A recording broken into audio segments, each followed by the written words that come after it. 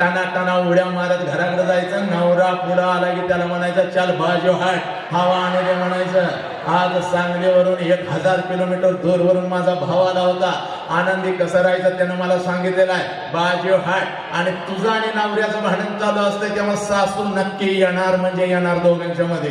आजपर्यंतचा अनुभव आहे. आणि सासू मध्ये आली तर तू नेहमीप्रमाणे तिच्याकडे बघून नाक मुरडायचं नाही, करायचं नाही, बोट मोडायची नाही. तर आज जरा वेगळं करायचं. सासूकडे बघायचं, असं करायचं, आत्या मग करायचं. म्हातारीच्या गालाचा मुका घ्यायचा. म्हातारी अशी खाली पडली पाहिजे. म्हातारी खाली पडली की तिला सोडायचं नाही. तिच्या जवळ बसायचं, दुसऱ्या गालाचा मुका घ्यायचा. आत्या मग करत म्हातारी गडा गडा गडा लोळली पाहिजे. आणि तुझ्या नवऱ्याला म्हणाली पाहिजे लवकर पळत ये, 2 दिवस झालं पौर्णिमा संपून हिच्या काय अंगात गेलं नाही. हे नवऱ्याला सासूला सांग